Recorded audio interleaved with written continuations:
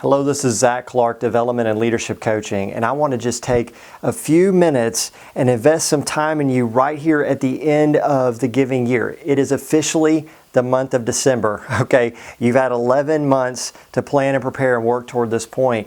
Now is the time. You have only a few remaining weeks and even days that you can count now to the end of the giving year.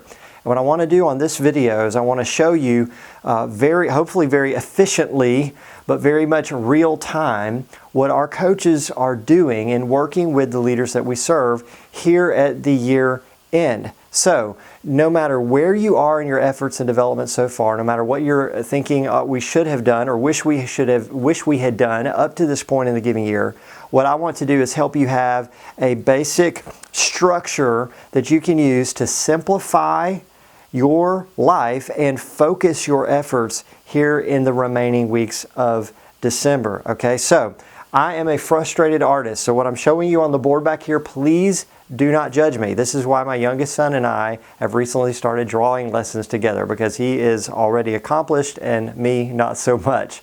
So bear with me as this is kind of rough, but this is exactly what our coaches are doing and working with leaders. And I just drew this out on the board for you really quickly so you can really work through this. Here's the challenge this time of year. There feels like this tremendous pressure with so much to get done in a very, very busy time of year. And so you hear people talking about, there's so much on my plate. I know I'm dropping balls. There's stuff, my plate is running over. So this is not the globe, this is not an earth, this is a plate. So if you'll bear with me here, this is a plate, and there's basically needs to be 3 major items on your plate. Anything else that you're trying to fit on there as it relates to development is probably counterproductive. So I would love to see at least these 3 things on your plate. This is going to help you organize your efforts and help you focus your time and energy before December 31. So first on the plate, okay, is donors to retain and donors to regain.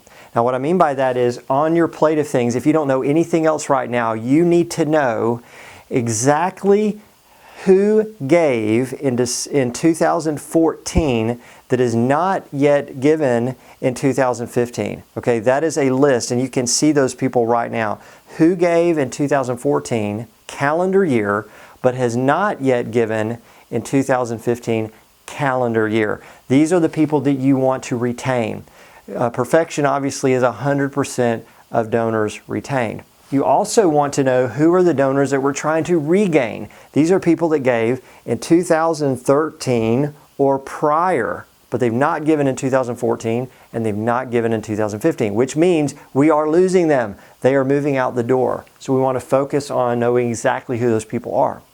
So when you look at this part of your plate, you simply need to know exactly how many donors to retain do we have, because we need to retain each and every one of them. We also need to know how much total giving potentially does that represent. That's going to help you stay very motivated and focused in the remaining days of the year. And we also want to know, of course, exactly who they are. And so you're able to organize your efforts between now and the end of the year in focusing on that group. And I'm going to talk about some of the things that you can do, obviously, with that. Second thing on your plate are prospects, people that you have personally cultivated.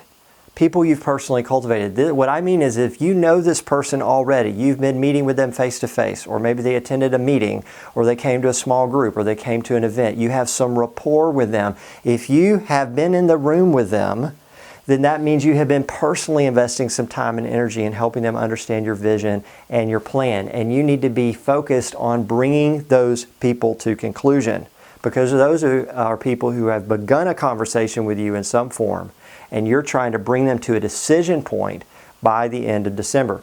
And then the third thing on your plate, the third category, is your broader communications efforts. Now, unfortunately, what we see all the time with leaders is they get obsessed with this one. They're so busy trying to implement their communications and get their mailings out and get their emails out that they're neglecting these 2 things. So you have to know donors to retain, and can we make some progress in donors to regain? What we teach people is if you have 100% donor retention and you just regain some, you are going to be net positive, especially relationally, possibly giving net positive on your year just by focusing on that. Obviously, if you've been putting time into individual people, cultivating them, you want to bring them to conclusion. And then lastly, your broader communications.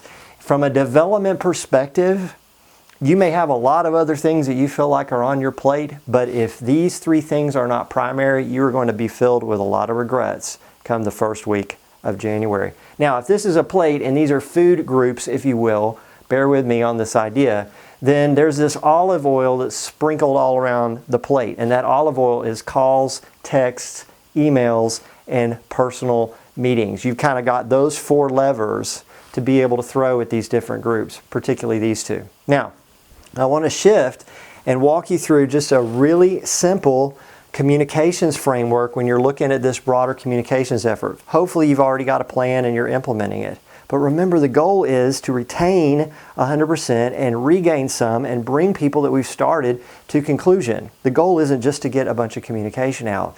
So this is just a simple framework. You may have something a lot more complex, but just simply email them or do a letter if you haven't. Email them now. As the leader, they need to hear from you. And I don't mean a fancy email, a simple email. You can blast it out if you want, but it's a personal email from you to them. Do that now if you haven't. Second, somewhere around the week of the 14th, that's where you can do your more creative email. That's where you could do a video or you could do photos. I find this time of year people are so busy being creative with all this stuff, it's bogging them down. They need to hear from you with a specific request or following up, hopefully, on your communication. Then the week of the 14th, do something creative, do something fun. Mailing, if you want to do an additional mailing, mail out the week of Christmas so it's landing after Christmas. And then lastly, we really encourage people to do a couple of final emails December 28 and then again December 30 or 31. The first one email comes from the leader.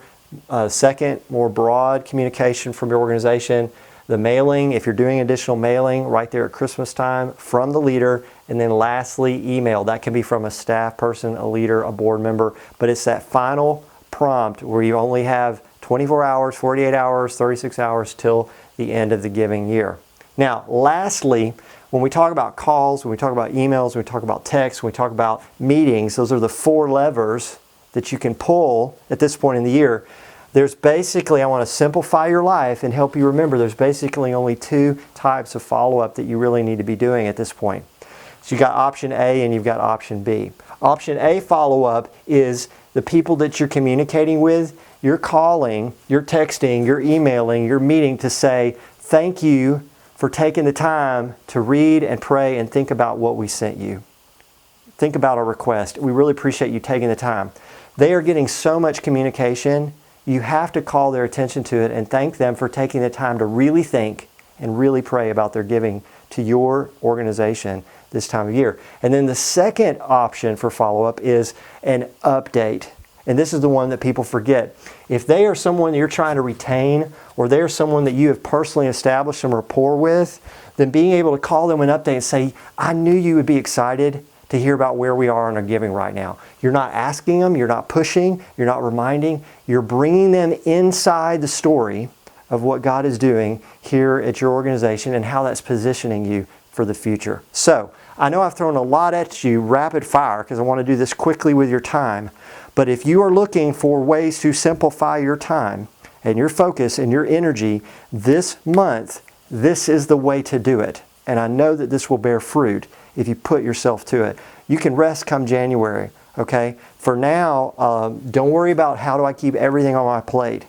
Instead, am I making sure that these things are kept primary in either me as a leader in my role or the whole team? I wish you a Merry Christmas. I want to really encourage you and challenge you. Follow through on this. This is the time where you're going to see God working and moving as people make decisions before the end of December. So, Merry Christmas. Rest is coming. I know it. But for now, keep pushing forward. So thank you so much for taking the time to look at this. I hope it helps.